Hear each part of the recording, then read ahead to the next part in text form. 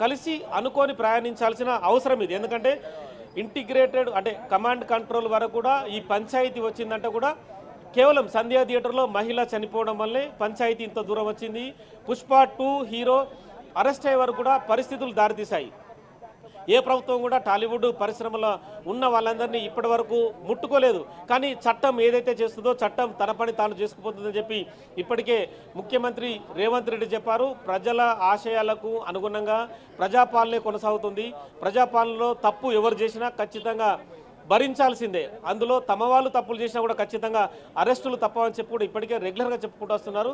అందులో భాగంగానే అరెస్ట్ కూడా జరిగిందని చెప్పి కూడా ఆ మీటింగ్లో నిర్మాతలకి, హీరోలకి, అందులో ఉన్న సెలబ్రిటీలందరికీ చెప్పుకొచ్చిన పరిస్థితి. అక్కినేని నాగార్జున కూడా ఎన్కన్వెన్షన్ ఇష్యూ కూడా కొంతసేపు మాట్లాడగా తెలుస్తుంది. ఎన్కన్వెన్షన్ కూడా FTL బఫర్ జోన్లే నిర్మించడం వల్లే కూల్చివేయడం జరిగింది. ఈ విషయంలో మేము వెనుకాడుకు వేసే ప్రసక్తి లేదు.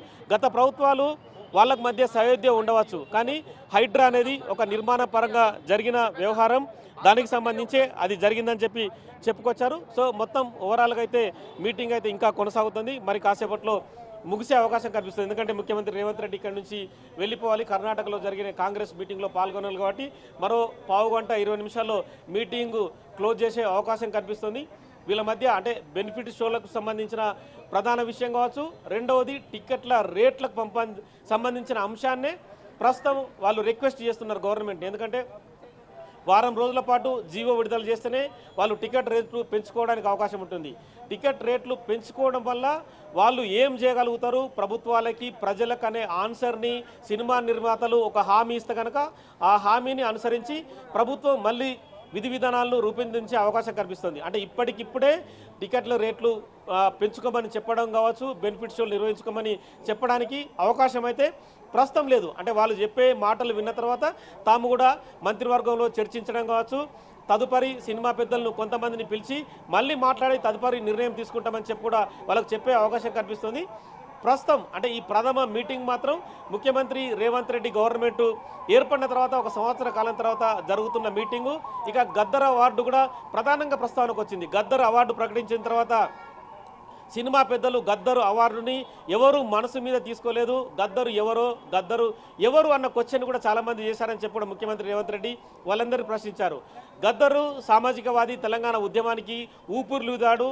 ఏనాడో దశాబ్దాల క్రితం బండెనక బండి గట్టి అని చెప్పి తెలంగాణ ఉద్యమానికి ఊపిరిలూది పాటలు పాడిన ప్రజా గాయకుడు కూడా తన కాలికి గజ్జలు కట్టి ఊరూరా తిరిగి తెలంగాణ కోసం చాలా విషయాల్ని చాలా ప్రజలను ఉత్తేజపరచడంలో ముందున్నాడు. కానీ అదే గద్దర్ని ఏ సినిమా నిర్మాత కూడా తమ మనసులోకి తీసుకోకుండా గద్దరు అవార్డుని ప్రకటిస్తామని చెప్పి కూడా బహిరంగ అయితే నగేష్ మనం చూస్తున్నాం బిగ్ టీవీ స్క్రీన్ మీద ఎక్స్క్లూజివ్గా కూడా ప్రతి ఒక్కరు కూడా అటు నాగార్జున కానివ్వండి, వెంకటేష్ కానివ్వండి, ప్రతి ఒక్కరు కూడా అటు సినీ నిర్మాతలు, దర్శకులు కూడా సీఎం రేవంత్ రెడ్డిని అయితే కలిసి బుకే ఇచ్చి కూడా చాలా సంతోషంగా వారైతే కలిసి మీటింగ్ అయితే కొనసాగిస్తున్నారు. ఎందుకంటే ఇప్పటికే అయితే ఈ మీటింగ్లో ఎవరు ప్రతిపాదనలు అయితే వాళ్ళు చెప్పారు అటు రాఘవేంద్రరావు కూడా, ఎందుకంటే అందరూ సీఎంలు కూడా మమ్మల్ని బాగానే చూసుకున్నారు. సో ఇప్పుడు కూడా వాళ్ళకి ప్రభుత్వం తరపు నుంచి ఏం కావాలనేది కూడా ఈ మీటింగ్లో సినీ ఇండస్ట్రీ తరపు నుంచి అయితే ఎవరికి వారు చెప్పారు.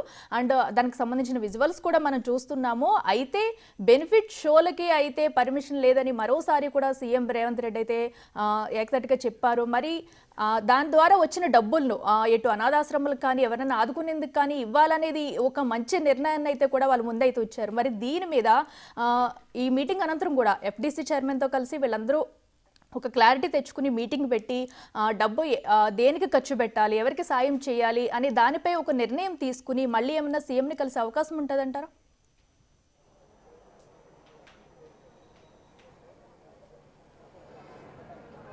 ఖచ్చితంగా ఇది ప్రైమరీ మీటింగ్ మాత్రమే. ఇక్కడ ఈ మీటింగ్లో పూర్తిగా నిర్ణయాలు తీసుకోవడం కానీ జరగదు. ఇది కేవలం ఏంటంటే ఒకరినొకరు కలుసుకోవడం. ముఖ్యమంత్రి రేవంత్ రెడ్డి ముఖ్యమంత్రి అయిన తర్వాత చాలామంది నిర్మాతలు, సినిమా హీరోలు కూడా ఎవరు కూడా ముఖ్యమంత్రి రేవంత్ రెడ్డిని కలవలేదు కూడా గతంలో. ఎందుకంటే ఈ సంవత్సర కాలం కూడా ఎవరు కలవలేదు. అంటే వాళ్ళ ఉద్దేశాలు ఏంటో తెలియదు, కానీ మొత్తానికైతే ముఖ్యమంత్రి రేవంత్ రెడ్డిని కలిసేది ఏముందన్న యాంగిల్లో తెలియదు.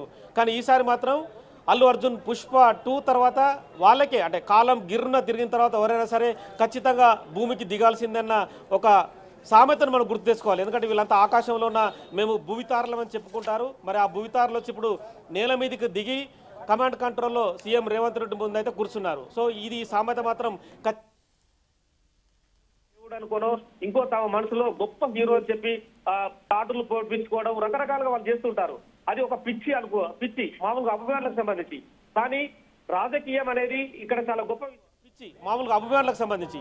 కానీ రాజకీయం అనేది ఇక్కడ చాలా గొప్ప విషయం. రాజకీయం అనేది ప్రభుత్వాలు నడిపిస్తుంది, ప్రజలకు అనుగుణంగా పనిచేస్తుంది. కానీ ఇవన్నీ కూడా సినిమా వాళ్ళు పట్టనట్లుగా వ్యవహరించారనేది ఇక్కడ స్పష్టంగా కనిపిస్తుంది. గత సంవత్సర కాలంగా ప్రభుత్వం ఏ నిర్ణయం తీసుకున్నా కూడా సినిమా పెద్దలు ఏ ఒక్క అంగీకారాన్ని ముందుకు తీసుకురాలేదు. అంటే చాలా విషయాల్లో కూడా ప్రభుత్వం వాళ్ళకి సర్ది చెప్పే ప్రయత్నం చేస్తుంది. కానీ సినిమా పెద్దలు మాత్రం తాము కోట్లు సంపాదించుకున్నాం, సినిమా ఇండస్ట్రీకి వేలాది ఎకరాలు గత ప్రభుత్వం ఇచ్చినా కూడా ఎవరు కూడా పట్టించుకున్న పాపార పోలేదు. అంటే ప్రభుత్వం అంటే ఒక వ్యవస్థ అనేది నిన్న మంచు విష్ణు చెప్పకనే చెప్పారు. తన ఎక్స్ వేదికగా ఫిలిం ఛాంబర్ అధ్యక్షుడు కూడా ప్రభుత్వాలతో కలిసి పనిచేయాల్సిందే మనం అందరం.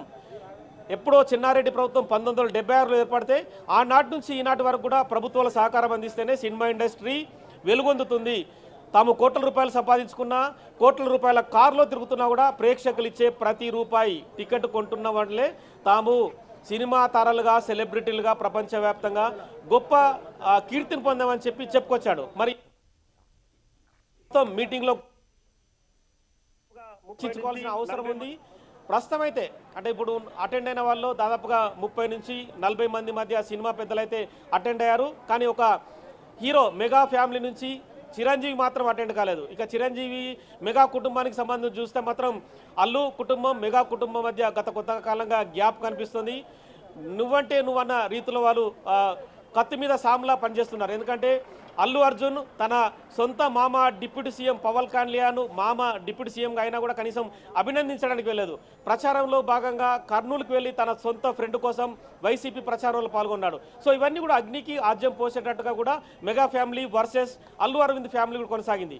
సో మొన్న అల్లు అర్జున్ రిలీజ్ అయిన తర్వాత సొంతగా కారు నడుపుకుంటూ తన భార్య స్నేహారెడ్డితో కలిసి చిరంజీవి ఇంటికి వెళ్ళి కలిసి వచ్చాడు.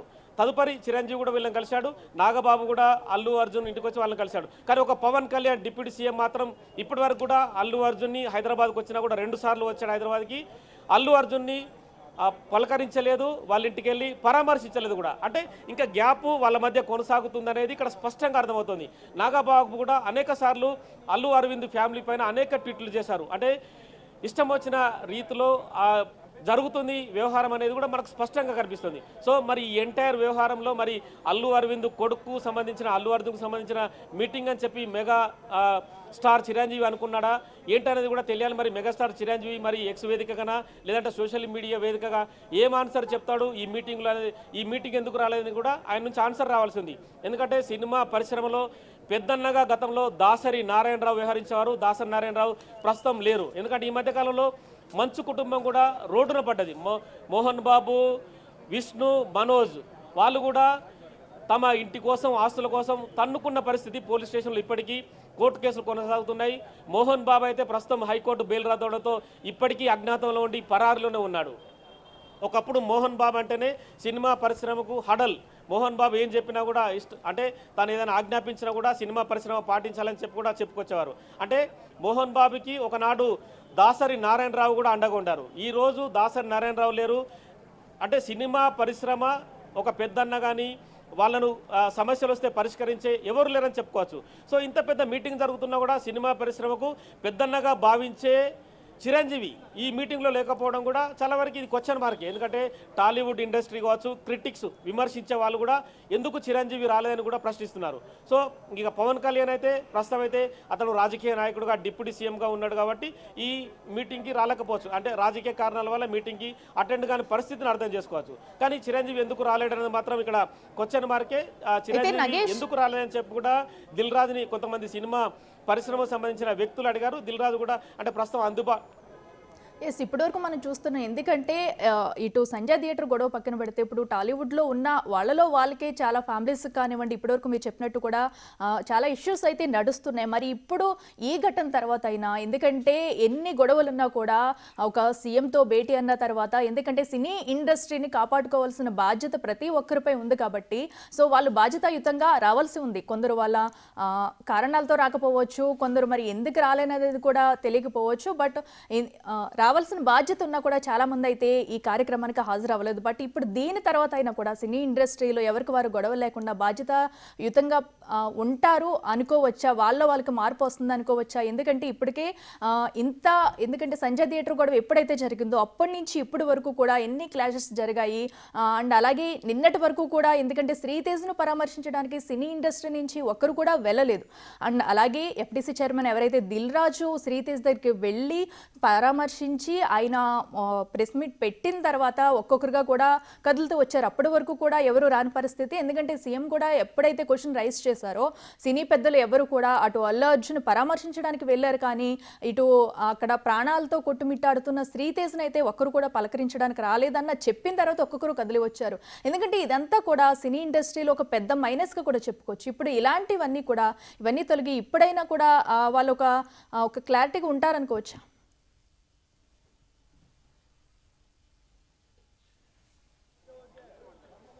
ఖచ్చితంగా క్లారిటీ ఉండాల్సిన పరిస్థితి ఖచ్చితంగా ఏర్పడింది. ఎందుకంటే సంధ్యా థియేటర్ ఘటన తర్వాత సినిమా హీరోలే కిందికి దిగారు, కమాండ్ కంట్రోల్కు చేరుకునే పరిస్థితిని వాళ్ళకు కొని తెచ్చుకున్నారు. ఒకవేళ ఒక కుటుంబం చనిపోతే కనుక అక్కడికక్కడే అల్లు అర్జున్ పరామర్శించి ఆ కుటుంబ స్థితిగతుల్ని పరిస్థితిని అర్థం చేసుకొని పరామర్శించుంటే వేరే ఉండేది. ఎందుకంటే సినిమా థియేటర్లో సినిమా చూస్తున్న సమయంలోనే అల్లు అర్జున్కు ఒక మహిళ చనిపోయిందని చెప్పి పోలీసులు సమాచారం ఇచ్చారు. వాళ్ళ మేనేజర్ సంతోష్ మాత్రం అల్లు అర్జున్కు ఈ టైంలో చెప్పకూడదు అంటే వాళ్ళ ఉద్దేశం ఏంటి అంటే మహిళ చనిపోయినా కూడా సమాచారం హీరోకు చెప్పకూడదా?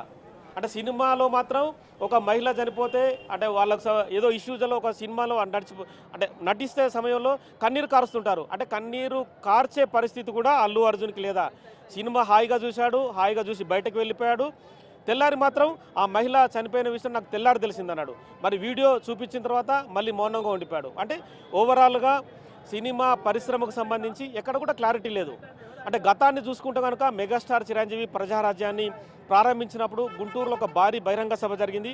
అక్కడ తొక్కిసలాట జరిగి ఒక మహిళ చనిపోయింది. కానీ చిరంజీవి వెంటనే వెనుదిరిగి ఆ మహిళ దగ్గరకు వచ్చి పరామర్శించి వాళ్ళకు తక్షణ ఆర్థిక సాయాన్ని ప్రకటించాడు. నాగబాబుని పంపించి వాళ్ళ కుటుంబాన్ని పరామర్శించాడు. సో ఇవన్నీ యాంగిల్స్ కూడా ఖచ్చితంగా సినిమా హీరోలకు